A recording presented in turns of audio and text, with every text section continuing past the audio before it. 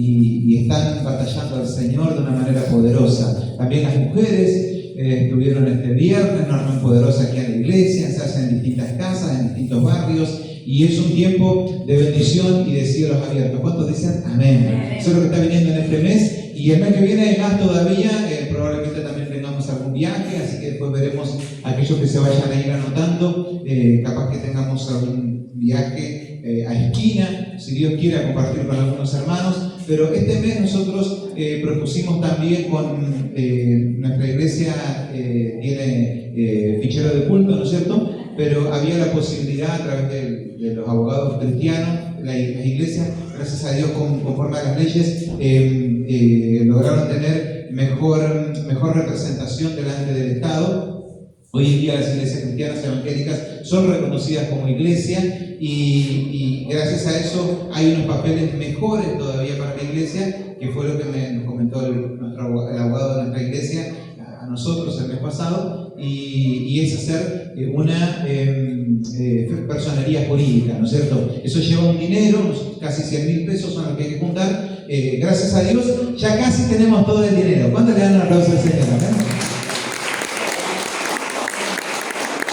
Este mes pasado varios hermanos sintieron ahí, ya llevaron a María José, yo dono tanto, yo dono esto, yo dono lo otro, y ese dinero va a ir todo destinado a tramitar esa personería jurídica para aportar al cielo.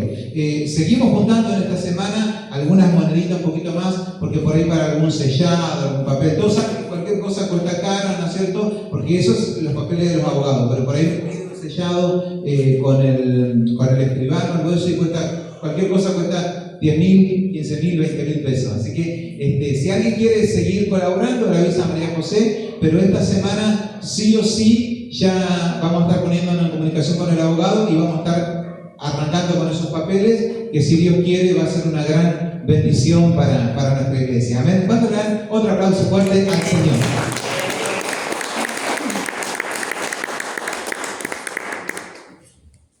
Y ahora sí comparto la palabra en esta noche. Libro de 1 de Samuel, capítulo 15, verso 13, dice así. Ahora le explico el pasaje yo. Dice: vino pues Samuel a Saúl, y Saúl le dijo: bendito seas tú de Jehová, yo he cumplido la palabra de Jehová. Samuel entonces le dijo: pues qué balido de ovejas y bramido de vacas es este que oigo con mis oídos. Y Saúl le respondió: de Amalec los han traído, porque el pueblo perdonó lo mejor de las ovejas y las vacas para sacrificarlas a Jehová tu Dios, pero lo demás lo destruimos. Entonces dijo Samuel a Saúl: déjame declararte lo que Jehová me ha dicho esta noche. Y él le respondió: di. Y dijo Samuel: aunque eras pequeño en tus propios ojos, ¿no has sido hecho jefe de las tribus de Israel? Y Jehová te ha ungido por rey sobre Israel.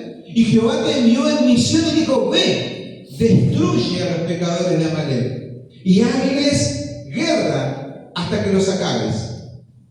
¿Por qué pues no has oído la voz de Jehová, sino que has vuelto al botín? Has hecho lo malo ante los ojos de Jehová. Y Saúl le respondió a Samuel: antes bien he obedecido la voz de Jehová y fui a la misión que Jehová me envió, y he traído a Agag, rey de Amalec, y he destruido a los amalecitas. Mas el pueblo tomó del botín ovejas y vacas, las primicias del anatema, para ofrecer sacrificios a Jehová tu Dios en Gilgal. Y Samuel dijo: ¿se complace Jehová tanto en los holocaustos y víctimas como en obedecer a las palabras de Jehová? Ciertamente el obedecer es mejor que los sacrificios, y el prestar atención que la grosura de los carneros. Porque como pecado de adivinación es la rebelión, y como ídolos e idolatría la obstinación. Por cuanto tú desechaste la palabra de Jehová, Él también te ha desechado para que no seas rey. ¿Cuántos creen que palabra del Señor pueden decir amén? Una palabra fuerte. Dice: ciertamente el obedecer es mejor que los sacrificios, y el prestar atención mejor que la grosura de carneros. Porque como pecado de adivinación es la rebelión, y como ídolos e idolatría la obstinación. Qué difícil es hallar la obediencia en las personas, ¿no es cierto? y dice que la vez pasada escuché a un pastor que decía que el lenguaje de la tierra comienza con el A, B, C, pero el lenguaje del cielo comienza con el O, B, D, C. El Hijo de Dios tiene que aprender a ser obediente al Señor. Y me hacía acordar también, dice que había un día un empresario que estaba junto con un amigo y le dice: mira, aquel empleado es el mejor empleado que tengo. Y le dice el otro empresario, le dice: ¿pero qué dice? ¿Sabe varios idiomas? No, le dice. Dice: ¿sabe manejar inteligencia artificial? No, le dice. Dice: ¿sabe manejar computadora? No, dice nada de eso. ¿Y entonces por qué es el mejor? Dice: porque ese, cuando yo le mando a hacer algo, enseguida me obedece. Porque es difícil hallar a alguien que tenga obediencia.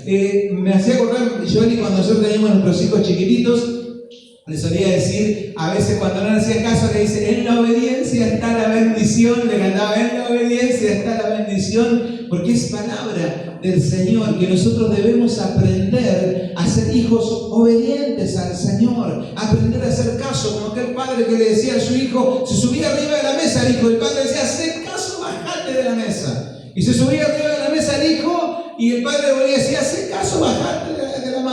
Y se bajaba un rato el hijo, pero al rato subía de vuelta arriba de la mesa, y el padre le decía: haz caso, bajate de la mesa. Y se bajaba un rato, pero al rato volvía a subir. Y el padre decía: haz caso, porque si no te voy a castigar, bajate de la mesa. Y se bajaba un rato, y después cruza el padre de vuelta, y lo ve que no estaba subido arriba de la mesa, que estaba sentado abajo. Y dice: muy bien que me estás haciendo caso, ¿por qué empezaste a hacerme caso? Y dice: papá, no confunda, porque yo estoy sentado acá, pero en mi espíritu estoy arriba de la mesa.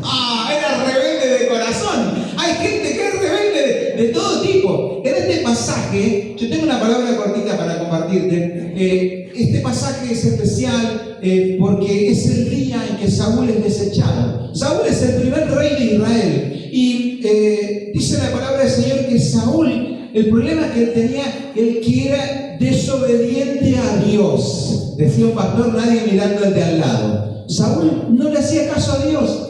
Dios le decía: anda para allá, y Saúl iba para otro lado. Dios le decía: haz tal cosa, y Saúl hacía cualquier cosa. Y era el rey de Israel. Dios lo había ungido. Y dice Dios: no puede ser con este hombre. Y en un momento, Samuel el profeta, este es el día que Dios dice: ya basta con Saúl. Y Samuel el profeta le dice a Saúl: fíjate, porque Dios te va a mandar en una misión. Y el profeta Samuel le dice: lo que Dios te dice es al rey Saúl, dice que venían los amalecitas. Los amalecitas eran un ejército enemigo del pueblo de Israel. Y vinieron los amalecitas a atacar a Israel. Entonces Saúl, que era el rey, le dice al profeta: profeta, Dios nos va a dar la victoria, ¿qué hacemos? ¿Vamos a la guerra? ¿No vamos a la guerra? Y el profeta le dice: escucha, le dice el profeta, Dios te dice que Dios va con vos. Y sabemos que si Dios va con nosotros, no hay nadie que pueda hacer contra nosotros. ¿Cuántos dicen amén? Dios va con vos, le dice, y Dios te va a dar la victoria contra Amalek. Anda tranquilo, porque los vas a vencer y los vas a derrotar.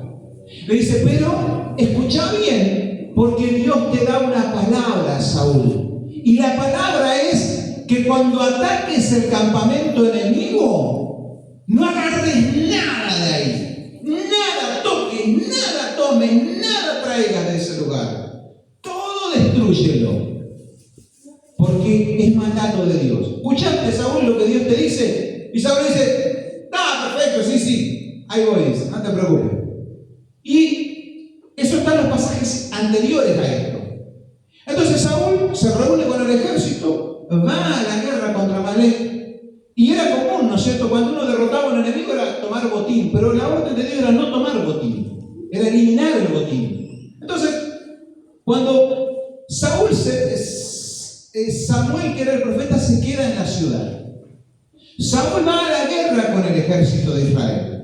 Y dice que ellos avanzan contra Amalek, y efectivamente, la palabra de Dios se cumple. Dios le da una victoria total. Los vencieron, los derrotaron. Los amalecitas no tenían posibilidad porque Dios estaba con el pueblo del Señor. Y tuvieron una gran victoria. Samuel estaba en la ciudad y no sabía lo que ocurría en el campo de batalla. Pero Dios sí sabía lo que estaba ocurriendo.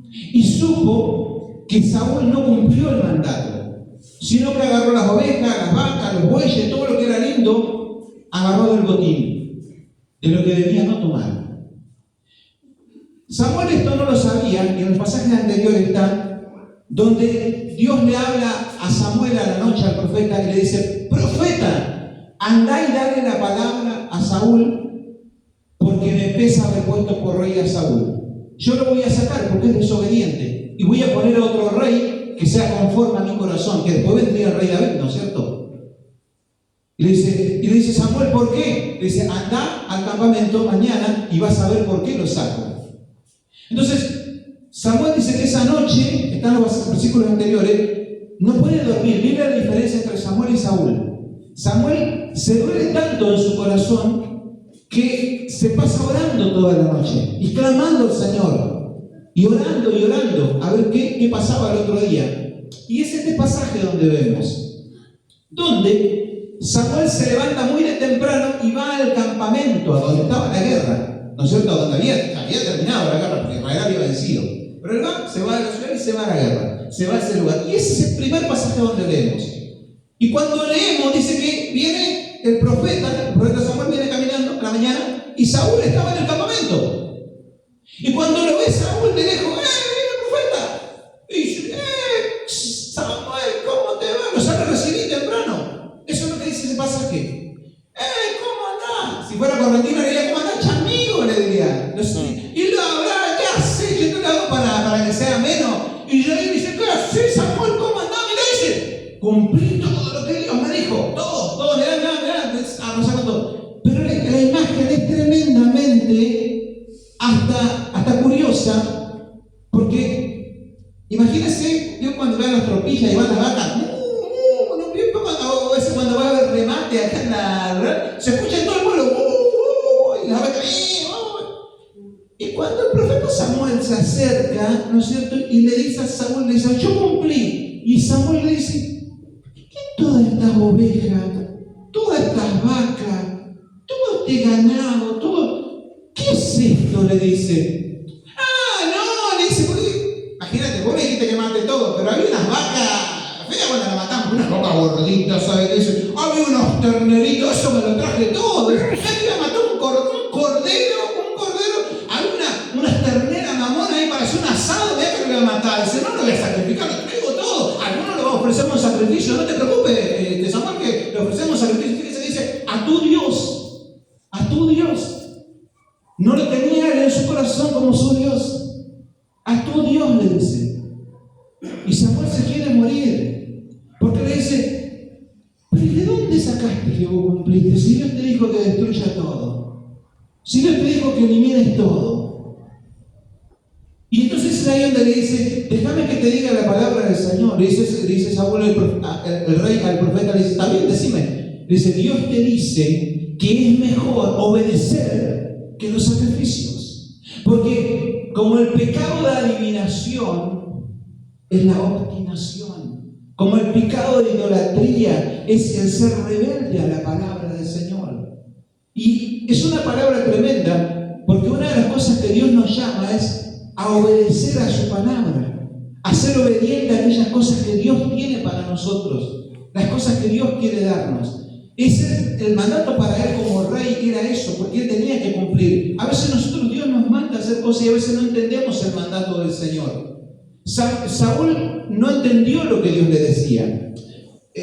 Suena fuerte, pero el tema con los amalecitas era como era un ejército enemigo de Israel, que lo atacaba, lo rodeaba. Le digo así al pasar, los amalecitas nunca tenían que haber sido enemigos de Israel, nunca. Porque ellos no estaban en el radar de ataque de Israel. Dios nunca los había mandado a que los exterminen, ni que los maten, ni que hagan nada. El problema con los amalecitas viene es que los amalecitas siempre atacaban a Israel. Era al revés. Fíjate que cuando dice que los amalecitas no están en la tierra prometida. Por eso cuando Dios dice: entra, le saca al amorreo, al jebuseo, al perfeceo, al jeruseo, pero nunca dice a la amalecita. Porque la amalecita no estaba en la tierra prometida, no pertenecía al ataque de Israel. Es más, Israel siempre quiso hacer pacto de paz con ellos. Pero ellos siempre los atacaban, porque dice que atacaban a los cansados, atacaban a los campamentos, los destruían para aquí, los destruían para allá. Y cuando ellos se descuidaban, los amalecitas querían arrasarlos. Cuando uno ve la historia de Esther, el libro de Esther habla sobre un hombre llamado Amán, que era descendiente de los amalecitas, que quería exterminar a Israel. Ese era el propósito de ellos, no era otra cosa. Por eso Dios le dice a Saúl, sácalos, porque se te van a volver en contra tuya. Era un mandato para el rey. Ahora, nosotros tenemos que entender cada palabra que Dios nos da. Para él era un mandato, y para otra persona, para nosotros hoy ya no está el pueblo amalecita. Pero sí, tal vez hay un espíritu amalecita, un espíritu que Dios nos dice que vos tenés que sacar. Y a veces somos fáciles cuando nosotros vemos el error de un hermano o de una hermana y decimos, mirá, aquel tiene que hacer esto, tiene que hacer lo otro, tiene que hacer aquello. Pero Dios no le va a pedir cuenta a esa persona por lo que no sabe, por lo que Dios no le demandó. Pero sí Dios le va a pedir cuenta a cada uno por lo que Dios nos demanda. Y es ahí donde nosotros no tenemos que ser como Saúl. Porque Saúl dice que cuando vino la palabra, él le dijo, pero yo cumplí. Y le dice, y la vaca, la oveja, todo lo que escuchas, ¿qué cumpliste? Ahora, para nosotros, cuando Dios nos dice, es tiempo de sacar esto de tu vida. Y cuando el Señor, yo cumplí. Y Dios te dice, saca estas cosas de tu vida. Y vos, si yo cumplí. Y Dios te dice, ¿qué hace esta agenda en tu celular? ¿Qué hace esta persona en tu celular? Esto que tenías que eliminar. Ah, no, pero no. Un amigo nomás, una amiga nomás. Decía un pastor, decía gloria a Dios, ay. ¿Y qué haces? Yo cumplí, Dios te dijo salir. ¿Y qué haces yendo a ese lugar? No, pero justo cruzaba. Y Dios te dice, no, hay cosas que vos tenés que eliminar de tu vida, erradicar de tu vida, sacar de tu vida. Porque los que limitamos la bendición somos nosotros. Dios quiere bendecirnos, pero hay cosas que tenemos que sacar. Y aunque, ya te digo, aunque muchas veces pensamos que nosotros vamos a engañar a Dios, así como ellos decían, no, yo cumplí. Pues estaban todas las vacas y todas las ovejas estaban ahí atrás. No había cumplido nada con lo que Dios le dijo. No entendió lo que Dios le decía. Por eso en este tiempo, cuando Dios te mande a cumplir un propósito, que vos puedas cumplirlos en Dios. ¿Cuántos dicen amén? Amén. ¿Cuántos dicen gloria al Señor? Amén. ¿Cuántos dan un aplauso al Señor? Está muy serio. Porque Dios nos manda, Dios quiere que vos cumplas tus sueños, que vos cumplas tus planes, que vos cumplas aquellas cosas que Dios puso en tu vida. ¿Saben que en la Biblia hay un soñador por excelencia? ¿Cuántos saben quién es el soñador de la Biblia? Hay una persona que cuando dice, este es el soñador, hasta hay historia, hay películas, el soñador. ¿Saben quién es el soñador de la Biblia? ¿Alguien sabe quién es el soñador de la Biblia? ¿Cómo se llamaba? José. José es el soñador de la Biblia. Cuando usted busca en la Biblia, ¿quién es el soñador? Es José. José es el soñador. Sin embargo, bíblicamente, ¿sabe que José solamente tuvo 2 sueños a los 17 años? Y vos decís, pero ¿cómo el Señor? Porque no importa la cantidad de sueños que tengas, sino la calidad de sueños que tengas. No importa cuántos sueños tengas, sino que esos sueños provengan de parte de Dios. No importa cuántos anhelos tengas, sino que esos anhelos vengan de la bendición de Dios, porque la bendición de Dios es la que no se limita. La bendición de Dios es la que no se frena. Las que la frenamos somos nosotros. Dios derrama su bendición y no se frena nunca. Nunca se está limitando. Dios está derramando su bendición. Pero siempre hay un factor humano que frena la bendición de Dios. Y Dios quiere que nosotros dejemos fluir esa bendición. ¿Cuántos dicen amén? Cuando usted va a la palabra del Señor, dice la Biblia, la viuda que tenía un tarrito de aceite, que tenía un potecito de aceite, y vos sabés que dice que tenía que volcarlo en las tinajas. Y vos sabés que el aceite nunca cesó. ¿Vos sabías que dice la Biblia que nunca cesó el aceite? De esa vasija salía el aceite. Nunca cesó el aceite. ¿Sabes lo que cesó? Las tinajas. Cuando se acabaron las tinajas, se acabó el aceite. ¿Querés que el aceite no se acabe de tu vida? Conseguí tinajas en las cuales derramar el aceite, y el aceite de la unción nunca va a faltar en tu vida. ¿Cuántos dicen amén? Nosotros limitamos la bendición de Dios. No era que si había más, si había 200 tinajas, iba a seguir así, hasta ahora iba a estar llenando aceite. Porque hasta donde había las tinajas era que se iba a derramar el aceite. Cuando la Biblia dice que Dios alimentó a los 5.000 personas con 5 panes y 2 peces, ¿sabe qué? Alimentó, hasta que se acabaron las personas y sobraron 12 cestas. ¿Qué se acabó? ¿El pan y los peces? No, se acabaron las personas. Por eso los que limitamos somos nosotros. Dice la Biblia que cuando Pedro, antes de conocer al Señor, él tenía problemas muy graves y económicos. Y cuando Pedro dice que pasó toda la noche pescando y toda la noche no pudo pescar un pescado, no pudo sacar un pescado, pobre Pedro, antes de conocer al Señor, como cuando antes nosotros no conocíamos al Señor. Dice que ese día él tenía problemas de peces, pero al otro día a la mañana él se encuentra con Jesús. Y ahí su vida cambia. Y cuando va al barco y cuando tira las redes a la derecha, Jesús dice, ya no tenía un problema de pescado, no tenía un problema de peces, tenía un problema de redes. Se rompen las redes y se quieren hundir los barcos. No es que los peces cesaron, había más cantidad, pero ellos no tenían la capacidad para tenerlo. Los que limitamos la bendición somos nosotros. Dios quiere derramar bendición sobre nosotros, pero lo que limita la bendición sobre nosotros es que nosotros seamos obedientes o no a la palabra del Señor. Por eso en este tiempo yo te quería decir esta palabra, te quería hablar esta palabra, que nosotros podamos escuchar aquella voz de Dios y ser obedientes a aquellas cosas que Dios nos está mandando. El reinado de Saúl se limitó porque él lo frenó, porque él nunca hacía caso a lo que Dios le decía. Hasta que en el capítulo 15, en este capítulo, es donde Dios dice, ya está, nunca hace caso, déjalo que sea rey, después buscamos a otro. Y después cuando buscan a David. Pero Dios quiere que en este tiempo nosotros podamos ser obedientes, dijera como hablando, obedientes y obedientas a la palabra del Señor. Que podamos ser aquellos siervos que escuchemos la voz de Dios. Y que cuando Dios nos dice tenés que avanzar hacia algo, Dios te quiere dar la bendición. Y que vos puedas avanzar hacia eso, porque Dios quiere darte grandes, abundantes y gloriosas bendiciones para tu vida. ¿Cuántos dicen amén? ¿Cuántos le dan una aplauso al Señor en esta noche?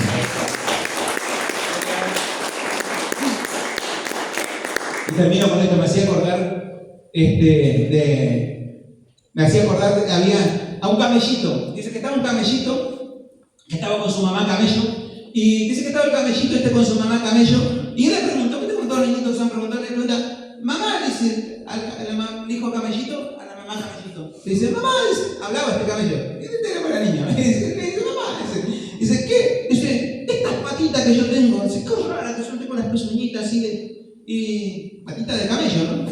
Y dice, qué raro que son así, las rodillas, mis pezuñas así todas raras. Y la mamá, toda orgullosa, la mamá camello, le dice, hijo mío, te voy a decir algo, le dice, esas patitas que vos tenés, esas patitas son tremendas, porque esas pezuñas son especiales. Esas patas tienen un largor especial, dice, que son para caminar en el desierto. Mientras no puede caminar en el desierto una vaca, no puede caminar un caballo, no puede caminar un cordero, no puede caminar casi ningún animal en el medio del desierto, en el medio de la arena, en el medio de la luna, Dios te preparó esas patitas con esas pezuñas para que el camello pueda caminar en el desierto. Y en el medio de las arenas, y en el medio de las dunas, y en el medio del desierto donde nadie camina, el camello puede caminar y puede correr a más de 25 kilómetros por hora en el desierto y mantener ese kilometraje por hora, porque te quiero decir, hijo mío, que nosotros somos los reyes del desierto y nadie nos gana.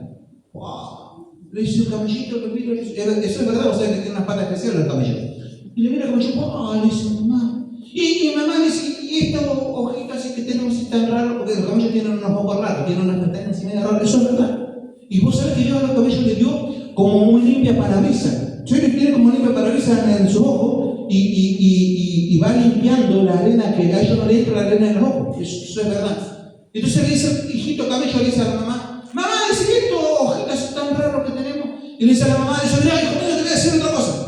En el desierto hay tormentas de arena. Y en el desierto nadie ni siquiera puede abrir los ojos y la gente se muere. Dice, pero nosotros que somos los camellos tenemos un limpio parabrisas en el medio de nuestro ojito. Y cuando todos van así, que nadie sabe dónde va, y en el medio de la tormenta del desierto, en el medio de la tormenta de arena, nosotros tenemos con nuestro ojo grande caminando por el desierto como si estuviéramos paseando por una pradera. Dice, porque nosotros, hijos míos, somos los reyes del desierto. Y nadie nos gana, le dice ahí. Y mamá le dice, ¿viste que tenemos? ¿Viste que los camellos tienen dos jorobas atrás? Pero sí que tenemos que nosotros acá dos jorobas. Porque es raro que dice, ¿qué tenemos? Bebito camello, le preguntaba a la mamá. Te voy a decir otra cosa, hijo mío. Dice, esas dos jorobas acá. Dice, esos son depósitos de agua. 50, 60, 80, 100 litros de agua podemos guardar ahí, dice. Y en el desierto todos los animales se mueren, los hombres, los seres humanos, todos se mueren. llenamos esas cantimploras de agua que Dios nos dio ahí en nuestro lomito, esa jorobita, y nosotros podemos caminar días, semanas, meses por el desierto sin tomar una gota de agua y nunca jamás va a haber un camello muerto de sed en el desierto. Eso no se conoce, eso no hay, porque el camello sobrevive en el desierto, porque te quiero decir, nosotros somos los reyes del desierto.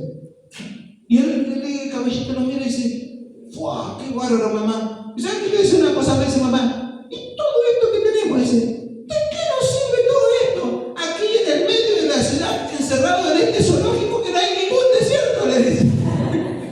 Claro, yo te quiero decir, vos podés tener todas las cosas, todos los dones, pero si estás en el lugar equivocado, si estás no cumpliendo el propósito que Dios te cumplió, que te preparó, no te sirve de nada. Y es una historia tragicómica porque estaban ahí encerraditos, pobres, porque ellos estaban preparados, ya eran los reyes del desierto, de aquel lugar, y en ese lugar es donde tenían que estar. Y Dios te quiere llamar al lugar donde vos tenés que estar, a ejerciendo tus dones, ejerciendo los talentos, ejerciendo los ministerios que Dios te dio. Pero para eso nosotros tenemos que ser obedientes al Señor e ir hacia aquellos lugares donde Dios nos preparó. ¿Cuántos dicen amén? Vamos a orar por esta palabra.